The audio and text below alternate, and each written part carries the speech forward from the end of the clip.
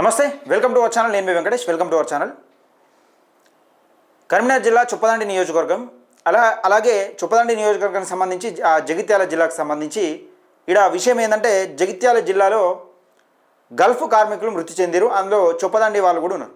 చొప్పదండి నియోజకవర్గానికి సంబంధించిన వాళ్ళు ఉన్నారు. మల్యాల మండలం వాళ్ళు, కొడిమ్యాల మండలం వాళ్ళు, అలాగే మల్యాల మండలం వాళ్ళు వాళ్ళు ప్రమాదవశాత్తు గాయపడిన విషయాలు కూడా తెలిసిందే. అయితే గత వారం రోజుల క్రితం నుండి సోషల్ మీడియాలో ఒక చర్చ నడుస్తూ ఉంది. ఎమ్మెల్యే గారు పోతా ఉన్నారు, వస్తూ ఉన్నారు అని ఎమ్మెల్యే గారు క్షేత్రగాత్రులు అంటే డెడ్ బాడీని తీసుకురావడానికి కోసం దుబాయ్ వెళ్తున్నాడని ఒక వీడియోలు కాంగ్రెస్ పార్టీ తరఫున అలాగే చర్చ కొనసాగుతూ ఉన్నది సోషల్ మీడియాలో. సరే, ఈ విషయం ఇట్లుంటే కాంగ్రెస్ పార్టీ గల్ఫ్ కార్మికుల కోసం ఎన్ఆర్ఐ అడ్వైజరీ పాలసీ, అంటే ఆ పాలసీ కోసం అడ్వైజరీ కమిటీ అని ఒకటి, ఎన్ఆర్ఐ పాలసీ కోసం అడ్వైజరీ కమిటీ వేసింది. అడ్వైజరీ కమిటీ ఎప్పుడు వేస్తా అని చెప్పింది? ఇప్పుడు ఎన్ఆర్ఐ పాలసీ ఎప్పుడు తీసుకొస్తా అని చెప్పింది కాంగ్రెస్ పార్టీ? గెలిచినాక 3 నెలలలోపు ఎన్ఆర్ఐ పాలసీ తీసుకొస్తామని చెప్పింది. ఈ పాలసీ ఎప్పుడు వేసింది? 2025లో వేసింది. 10/4/2025లో ఒక కమిటీ వేసింది. ఆ కమిటీలో అడ్వైజరీ కమిటీ మెంబర్గా, అందులో ఒక మెంబర్గా గౌరవ ఎమ్మెల్యే మేడిపల్లి సత్యం గారు ఉన్నారు. అందులో ఒకసారి మీకు దానికి సంబంధించిన విషయాలు మాట్లాడుకునే ప్రయత్నం చేద్దాం. ఫస్ట్ అసలు ఏం జరిగింది, ఈ గల్ఫ్ కార్మికుల సంగతి ఏంది, ఈ కథ ఏంది, ఒకసారి మన ఎమ్మెల్యే గారు ఎక్కరాక పోయొచ్చారు అనేది ఒకసారి చూసుకునే ప్రయత్నం చేద్దాం మిత్రులారా. ఒక్కసారి చూద్దాం. రైట్, ఇగో అయితే విషయం ఏంటంటే, మృతదేహాలను త్వరగా స్వస్థలాలకు పంపించాలి. బుర్జిల్ ఆసుపత్రిని ప్రతినిధులకు సత్యం విజ్ఞప్తి. ఎమ్మెల్యే సత్యం. ఇది వార్త రాయడంలో కూడా పోతుంది. దుబాయ్లో ఇటీవల జరిగిన రోడ్డు ప్రమాదంలో మృతి చెందిన జగిత్యాల జిల్లాకు చెందిన 3 వలస కార్మికుల మృతదేహాలను వీలైనంత త్వరగా స్వస్థలాలకు పంపించాలని చొప్పదండి ఎమ్మెల్యే డాక్టర్ మేడిపల్లి సత్యం బుర్జిల్ ఆసుపత్రి ప్రతినిధులను కోరారని ఈ దుబాయ్ వెళ్ళిన ఘటన. ఓకే, గుడ్, ఇదంతా ఓకే, సింపుల్ కూడా మనం పెద్దగా ఏం అవసరం లేదు, ఇదంతా ఓకే. సరే, ఇక్కడికి వచ్చిన తర్వాత గల్ఫ్ బాధితులకు అండగా ఎమ్మెల్యే మేడిపల్లి సత్యం ప్రమాదవశాత్తు దుబాయ్లో రోడ్డు ప్రమాదంలో మరణించిన కొడిమ్యాల మండలం నమిలికొండ గ్రామానికి చెందిన సయ్యద్ సలీం, మల్యాల మండలం తక్కలపల్లి గ్రామానికి చెందిన గొల్లపల్లి తిరుపతి గౌడ్ మృతదేహాలను దుబాయ్ వెళ్ళి దగ్గర నుండి తీసుకురావడమే కాకుండా ఈ తక్కలపల్లి గ్రామానికి సంబంధించి రాలేదని నాకు ఇన్ఫర్మేషన్ ఉన్నది. దగ్గర నుండి తీసుకురావడమే కాకుండా ఎయిర్పోర్ట్లో నుండి ప్రత్యేక అంబులెన్స్ ద్వారా ఇంకా ఇంటికి చేరలేదు అన్నట్టు. అయితే ప్రత్యేక అంబులెన్స్ ద్వారా వారి స్వగ్రహానికి తీసుకొచ్చి కుటుంబ సభ్యులకు 20,000 రూపాయలు తక్షణం అందజేసారు. ఇక్కడ తక్షణం 20,000 రూపాయలు ఆర్థిక సాయం అందజేసారు. సరే, ఈ విషయం పక్కకి పెడదాం ఒకసారి. ఎన్ఆర్ఐ పాలసీలో అడ్వైజరీ కమిటీ మెంబర్గా గౌరవ ఎమ్మెల్యే మేడిపల్లి సత్యం గారు ఉన్నారు. మరి ఎన్ఆర్ఐ పాలసీ దేనికోసం అంటే మీకు ఒకసారి చెప్తాం. ఇగో ఇది 10/4/2025 రోజున ఎన్ఆర్ఐ పాలసీ కోసం అడ్వైజరీ కమిటీ వేసారు. దీనిలో ఏమున్నది, దీని సారాంశం ఏంటంటే ఇక మీకు తెలుగులో వినిపించే ప్రయత్నం చేస్తాం మిత్రులారా. ఒక్కసారి చూడాలి, క్లియర్గా చూడాలి. గవర్నమెంట్ ఆఫ్ తెలంగాణ జారీ చేసిన GOMS నంబర్ 57. ఈ ఉత్తర్వుల ముఖ్య అంశం, గల్ఫ్ దేశాల్లో పనిచేస్తున్న తెలంగాణ వలస కార్మికుల సంక్షేమం కోసం ఒక అడ్వైజరీ కమిటీ ఏర్పాటు చేశారు. ఈ కమిటీలో గల్ఫ్ వలస కార్మికుల సమస్యలను అధ్యయనం చేసి ఎన్ఆర్ఐ పాలసీ తయారు చేయడానికి సూచన ఇవ్వాలి. కమిటీ పదవీ కాలం 2 సంవత్సరాలు ఉంటుంది. పదవీ కాలం వీళ్ళు ఎన్ని రోజుల ఎన్ఆర్ఐ పాలసీ ఎన్ని రోజులలో పెడతామని చెప్పారు? కాంగ్రెస్ పార్టీ ఎన్ఆర్ఐ పాలసీ ఎన్ని రోజులలో పెడతామని చెప్పారు? నేను చెప్తా ఒకసారి. కమిటీ నాయకత్వం డిఆర్ బిఎం వినోద్ కుమార్ ఇక ఈయన ఉన్నది. అయితే ఇలా కాంగ్రెస్లోకి వెళ్ళి బీఆర్ఎస్లోకి ఆయన కూడా ఉన్నాడు. Shri T Jeevan Reddy, former MLC Jagtial, ఈయన కూడా ఉన్నాడు. శ్రీ డాక్టర్ మేడిపల్లి సత్యం చొప్పదండి, ఈయన మన ఎమ్మెల్యే గారు కూడా ఉన్నారు. అయితే ఒక్కసారి మీకు అది చూపించే ప్రయత్నం చేస్తా. ఇది కాంగ్రెస్ పార్టీకి సంబంధించిన మేనిఫెస్టో. ఎక్కువ మంది షేర్ చేసే ప్రయత్నం చేయాలి. ముఖ్యంగా ఇది గౌరవ మాజీ ఎమ్మెల్యే శంకర రవిశంకర్ గారు, మీరు గడప గడపకు 600 గడపలేమో తిరుగుతాను నేను ఏదో ఫేస్బుక్లో పెడతా ఉన్నారు వీడియోలు. గడప గడపకు తిరుగుడు సంగతి పక్కకెట్టురు కానీ మీరు కాంగ్రెస్ పార్టీ ఇచ్చిన హామీల మీద కొట్లాడడం స్టార్ట్ చేయరు, లేకపోతే మీ పార్టీ మొత్తం భూస్థాపితం అయిపోతుంది. ఓపెన్గా చెప్తున్నా, ప్రతిపక్షం బలహీనంగా ఉన్నప్పుడు అధికార పార్టీ ఆగడాలు నడుస్తూనే ఉంటాయి. రైట్, ఇక తీసుకుందాం. ఇలా ఎన్ని విషయాలు ఉన్నాయి, విశేష చూసుక ఇది. ఇక్కడ చూడొచ్చు. ఇక్కడ 18వ నంబరు గల్ఫ్ కార్మికుల ఎన్ఆర్ఐ సంక్షేమం 74వ పేజీలో ఉంది. ఇది కాంగ్రెస్ పార్టీ మేనిఫెస్టో. ఇది కాంగ్రెస్ పార్టీలో అన్నీ పెట్టిరు, ఇలా మొత్తం ఉంటుంది. ఇలా 18వ నంబర్ చూద్దాం ఒకసారి. రైట్, ఇక జర్నలిస్టులకు కూడా ఉన్నది, ఇంకా జర్నలిస్టుల కథ అంతా ఉన్నది. కానీ గల్ఫ్ కార్మికుల ఎన్ఆర్ఐ సంక్షేమం, కాంగ్రెస్ పార్టీ అధికారంలోకి వచ్చిన 100 రోజుల సమగ్ర ఎన్ఆర్ఐ పాలసీ ప్రకటిస్తాం. 100 రోజుల్లోనే ఎన్ఆర్ఐ పాలసీ ప్రకటిస్తామని చెప్పింది. ఏది కాంగ్రెస్ పార్టీ అధికారంలోకి వచ్చినాక 100 రోజులు 100 రోజులు అంటే ఎన్ని రోజులు, ఎన్ని నెలలు? 3 నెలలు, 3 నెలల 10 రోజులు, 3 నెలల 10 రోజులు, 93 నెలల 10 రోజులు. మరి ఇప్పుడు ఎన్ని రోజులు అవుతుంది? కమిటీ ఎన్ని రోజులకు వేసింది? అడ్వైజరీ కమిటీ ఎన్ని రోజులకు వేసింది? 2025లో వేసింది. 2025లో వేసింది. సంవత్సరం తర్వాత అడ్వైజరీ కమిటీ వేసింది. వీళ్ళు 3 నెలల లోపేమో ఎన్ఆర్ఐ పాలసీ తీసుకొస్తామని చెప్పారు. 100 రోజుల లోపల ఇగో సమగ్ర ఎన్ఆర్ఐ పాలసీ ప్రకటిస్తామని చెప్పారు. గల్ఫ్ కార్మికుల సంక్షేమ నిధికి ప్రతి ఏటా 500 కోట్లు కేటాయిస్తామని చెప్పారు. కేటాయించారా? కాంగ్రెస్ వాళ్ళు ఎంత కేటాయించారు? సమాధానం చెప్పాలి. గల్ఫ్ కార్మికుల సంక్షేమ నిధి కోసం కాంగ్రెస్ పార్టీ ఇంతవరకు ప్రతి ఏటా ఏది బడ్జెట్ కేటాయింపులో ఎంత బడ్జెట్ కేటాయించారు? ఇది సమాధానం చెప్పాలి. గౌరవ ఎమ్మెల్యే మేడిపల్లి సత్యం గారు కూడా దీన్ని క్లియర్గా ఇది ప్రజలకు వివరించే ప్రయత్నం చేయాలి. మీ పార్టీ ఏం చేస్తున్నది? గల్ఫ్ కార్మికుల కోసం, ప్రజా సంక్షేమం కోసం, గల్ఫ్ కార్మికుల సంక్షేమం కోసం మీ కాంగ్రెస్ ప్రభుత్వం ఏం చేస్తుంది అన్నది క్లియర్గా చెప్పాలి. ఒకసారి 500 కోట్ల బడ్జెట్ కేటాయిస్తామని చెప్పారు. అయితే గల్ఫ్లో వృత్తి చెందిన వలస కార్మికుల కుటుంబాలకు ప్రభుత్వం ద్వారా 5 లక్షల ఎక్స్గ్రేషియా ఇస్తామని చెప్పారు. గల్ఫ్లో మృతి చెందిన అంటే వలస కార్మికులు మన పని కోసం పోయి అక్కడ మృతి చెందితే 5 లక్షల రూపాయలు ఇస్తామని చెప్పారు. 5 లక్షల రూపాయలు ఇస్తామని చెప్పారు. 500 కోట్లు ప్రతి ఏటా పెడతామని చెప్పారు. ఇక్కడ ఇంకో విషయం ఏంటంటే గల్ఫ్ నుండి మర్రి వచ్చిన తర్వాత కూడా 6 నెలల లోపు ఇక్కడ మరణించిన వాళ్ళకు కూడా వర్తిస్తుంది. ఇది కాంగ్రెస్ పార్టీలను అడగాలి. గల్ఫ్ నుండి మర్రొచ్చిన వాళ్ళు కూడా ఇక్కడ చనిపోతే కూడా మనకు 5 లక్షల రూపాయలు ఇవ్వాలి. వీళ్ళు ఇచ్చి తీరాల్సిందే, లేకపోతే ఎమ్మెల్యే జేబులోకి వెళ్ళి ఇవ్వాలి.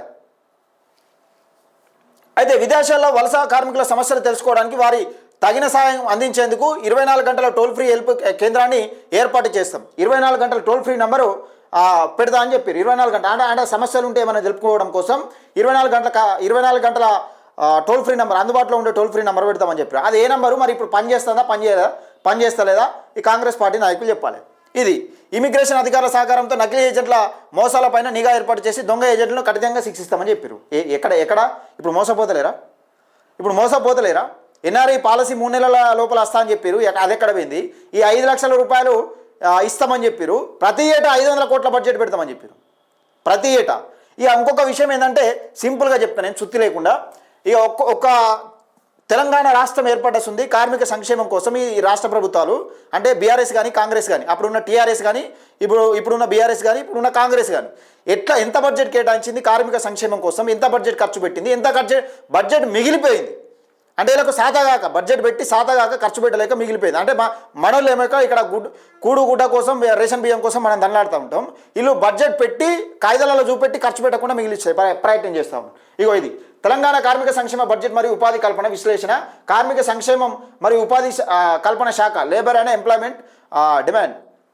తెలంగాణ రాష్ట్రంలో కార్మిక సంక్షేమం మరియు ఉపాధి కల్పన శాఖకు సంబంధించి 2014లో నుండి అందుబాటులో ఉన్న బడ్జెట్ కేటాయింపులు, వాస్తవ ఖర్చులు మరియు మిగిల్చిన నిధుల వివరాలు విశ్లేషణాత్మకంగా నివేదిక రూపకంలో కింద పొందుపరచడమైనది.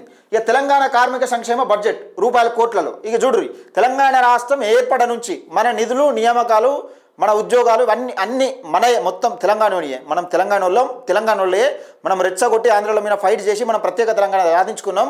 మన కార్మిక సంక్షేమం కోసం ఈ ప్రభుత్వాలు ఎంత ఖర్చు పెడుతున్నాయి, ఎంత బడ్జెట్ కేటాయిస్తున్నాయి, ఎంత బడ్జెట్ ఖర్చు పెడుతున్నాయి అనేది ఒకసారి క్లియర్గా వినాలి. ఈ లెక్కలు ఎవరు చెప్పరు? నా రవిశంకర్ గారు చెప్పారు, గౌరవ ఎమ్మెల్యే మేడిపల్లి సత్యం గారు కూడా చెప్పారు. ఈ లెక్కలు ఒకసారి చూసే ప్రయత్నం చేద్దాం.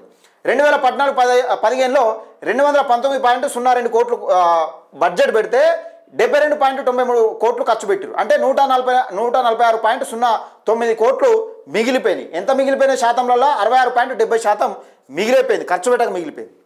ఇక 2015-16లో 380.56 కోట్లు బడ్జెట్ కేటాయిస్తే 159.17 కోట్లు ఖర్చు చేసిరు.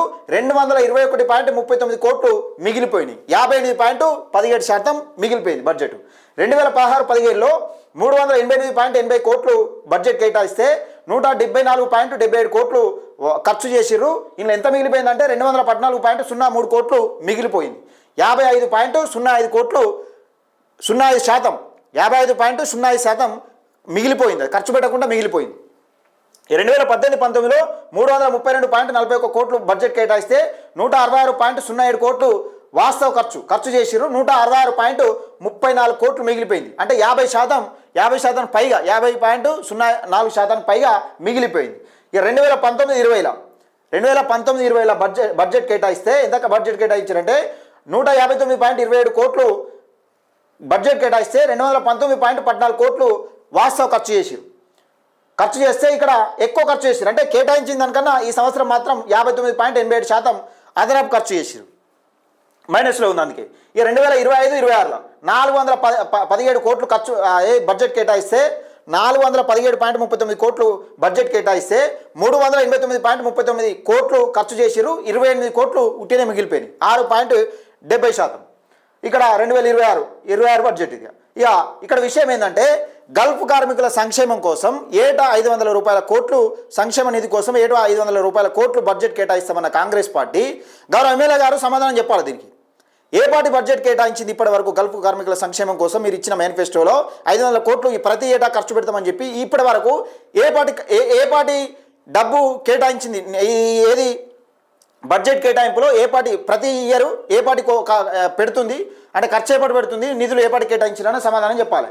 ఇక గల్ఫ్ దేశాలకు మరియు ఇతర విదేశాలకు వెళ్లే రక్షణ శిక్షణ కోసం ప్రభుత్వం చేపట్టిన చర్యలు మరియు బడ్జెట్ కేటాయింపుల వివరాలు. ముఖ్యమంత్రి విదేశీ ఉపాధి పథకం, CM overseas employment programme, Gulf మరియు ఇతర దేశాలకు ఉపాధి కోసం వెళ్లే యువతకు సరైన శిక్షణ, వీసా గైడెన్స్ మరియు రక్షణ కల్పించడానికి 2026-27 బడ్జెట్లో ప్రభుత్వం 50 కోట్లు ప్రత్యేకంగా కేటాయించిందట. 50 కోట్లు అంటే ప్రత్యేకంగా అంటే ఇప్పుడు మీరు ఇక్కడనేమో ఈడ మేనిఫెస్టోనేమో ఈడ 500 కోట్లు ఖర్చు పెడతామని చెప్తారు.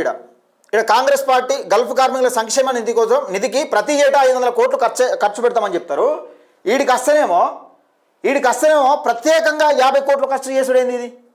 మరి ఇదే సమాధానం ఇది అర్థం కానీ ప్రత్యేకంగా ఖర్చు అంటే ఇప్పుడు ఈ 500 ప్రతి ఏటా 500 కోట్ల కన్నా ఎక్కువ ఖర్చు పెడుతున్నారా ప్రత్యేకంగా? అంటే అది సరిపోక 500 కోట్లు ప్రతి ఏటా బడ్జెట్లో పెట్టింది సరిపోక ఇంకా 50 కోట్లు అదనంగా ప్రత్యేకంగా పెట్టిరా? మరి ఇది ఎట్లా పెట్టిరు, ఎన్ని కోట్లు ఖర్చు పెట్టిరు గల్ఫ్ కార్మికుల కోసం అన్నది సమాధానం చెప్పాలి. తప్పనిసరిగా ప్రతి కుటుంబానికి ఈ చొప్పదండి నియోజకవర్గం కాదు, ఏ జిల్లాలో చనిపోయినా ప్రతి కుటుంబానికి ఆ బాధిత గల్ఫ్ కార్మికులు ఎవరైతే చనిపోతారో ఆ కుటుంబానికి 5 లక్షల రూపాయలు ఎక్స్గ్రేషియా తప్పనిసరిగా అందించాలి. ఇది తెలంగాణ రాజ్యాధికార పార్టీ తరఫున మేము డిమాండ్ చేస్తూ ఉన్నాం.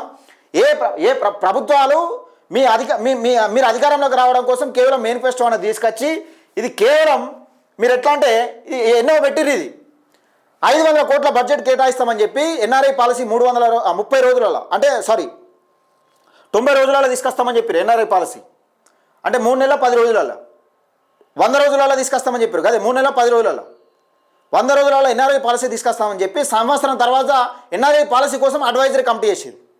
మరి ఇది ఎందుకు లేట్ అవుతుంది, అసలు ఇంతవరకు ఎంత బడ్జెట్ కేటాయించారు అనేది గౌరవ ఎమ్మెల్యే మేడిపల్లి సత్యం గారు సమాధానం చెప్పాల్సిన అవసరం ఉంది. ఎందుకంటే మీరు కూడా అలా ఎన్ఆర్ఐ అడ్వైజరీ కమిటీలో ఒక మెంబర్గా ఉన్నారు కాబట్టి మీకు సమాధానం మీ చొప్పదండి కాన్స్టిట్యున్సీకి ప్రజలకు తప్పకుండా సమాధానం చెప్పాలి. అలాగే ఎవరైతే చొప్పదండి నియోజకవర్గం నుంచి గల్ఫ్ పోయి చనిపోతారో అలాగే గల్ఫ్ పోయి మర్రి వచ్చిన తర్వాత 6 నెలల లోపు చనిపోయిన వ్యక్తులు కూడా తప్పనిసరిగా ఈ కాంగ్రెస్ ప్రభుత్వం మనకు 5 లక్షల రూపాయలు ఇవ్వాల్సిందే.